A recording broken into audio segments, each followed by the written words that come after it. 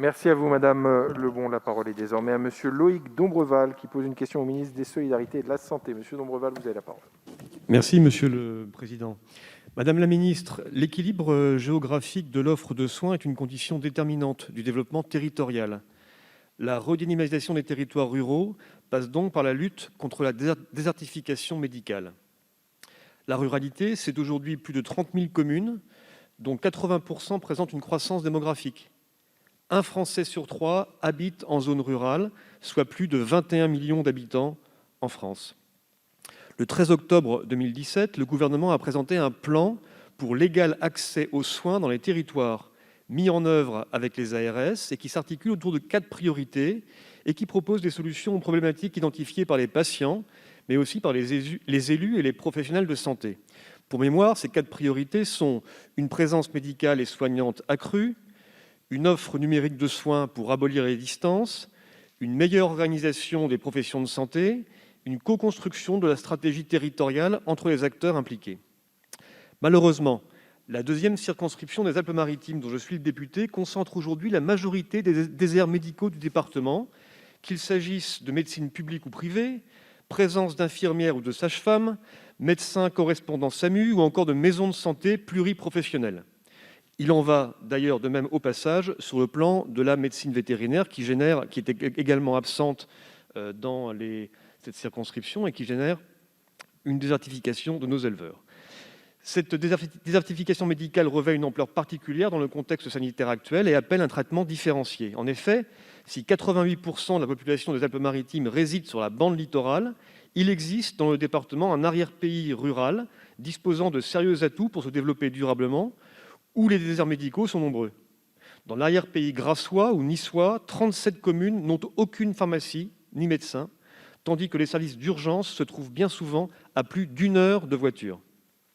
Ces défis, marqueurs d'inégalité territoriale, constituent un frein majeur au développement de ce territoire. En effet, je le constate régulièrement lorsque je parcours ma circonscription, la justice sanitaire territoriale est une condition fondamentale au succès des autres politiques publiques. Monsieur le ministre Olivier Véran, en février 2021, s'est rendu sur place pour rencontrer les soignants et les élus locaux qui faisaient alors face à une situation sanitaire catastrophique, comme vous le savez parfaitement. Je le remercie pour ce déplacement et rends hommage à tous les agents de l'État et des collectivités territoriales pleinement mobilisés, aux divers soignants, ainsi qu'aux élus locaux qui sont au plus proche de leurs administrés durant cette crise. Madame la ministre, que comptez-vous faire pour revitaliser le plan national pour l'égal accès aux soins dans les territoires, présenté le 13 octobre 2017, et ainsi lutter contre les déserts médicaux qui sont actuellement trop nombreux, notamment dans l'est du département des Alpes-Maritimes? Je vous remercie. Merci à vous, Monsieur Dombreval. Madame Brigitte Bourguignon, ministre en charge de l'autonomie, vous avez la parole. Merci, Monsieur le député Loïc Dombreval, de me poser une question que je connais assez bien pour être dans une circonscription très rurale où, bien sûr, se pose régulièrement cette question de la désertification avec peu de solutions toutes faites finalement, parce qu'il faut des solutions quasiment dentelées par territoire, vous le savez. Et malgré tout ce qu'on a pu mettre sur la table pour haranguer un peu les foules et faire venir à nous les étudiants en médecine, force est de constater que ce n'est pas encore l'engouement pour nos territoires, malgré les efforts consentis par l'État, les collectivités et les gouvernements successifs. Donc voilà, c'est une vraie réflexion qu'on doit mener. Je connais votre mobilisation pour votre territoire et votre connaissance fine sur la situation sanitaire pour être vous-même un professionnel de santé. Sur le territoire de Vence, pour 24 000 habitants, on dénombre 31 omnipraticiens, 14 spécialistes libéraux, 68 infirmiers libéraux, 42 masseurs-kinésithérapeutes, 9 pharmacies, 3 sages-femmes, 3 laboratoires, une maison de santé pluridisciplinaire à Roquestéron, un SIAD, un service d'hospitalisation à domicile, la difficulté étant qu'ils sont évidemment concentrés sur la même commune de Vence que vous connaissez bien.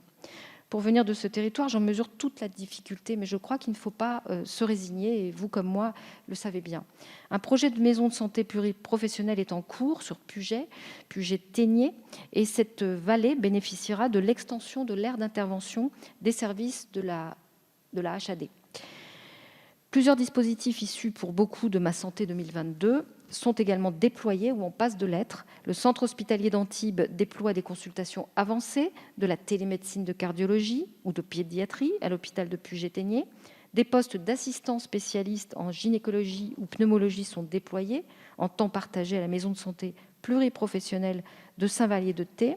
L'hôpital de Puget-Théniers est repositionné en hôpital de proximité avec un regroupement de lits sanitaires. Roquestéron et Val-de-Roure, que j'espère que je prononce bien, disposent également d'une propharmacie avec dépôt de médicaments pour répondre aux besoins.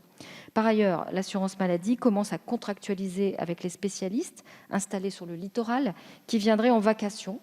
Et l'ARS, comme la préfecture, poursuivent un travail avec les étudiants en médecine générale aussi pour promouvoir l'exercice en ruralité. Des médecins installés à plus de 30 minutes d'un service d'urgence sont missionnés par la régulation du SAMU pour la prise en charge d'une urgence en 15 minutes. Des solutions innovantes sont donc en cours de déploiement pour apporter des réponses opérationnelles.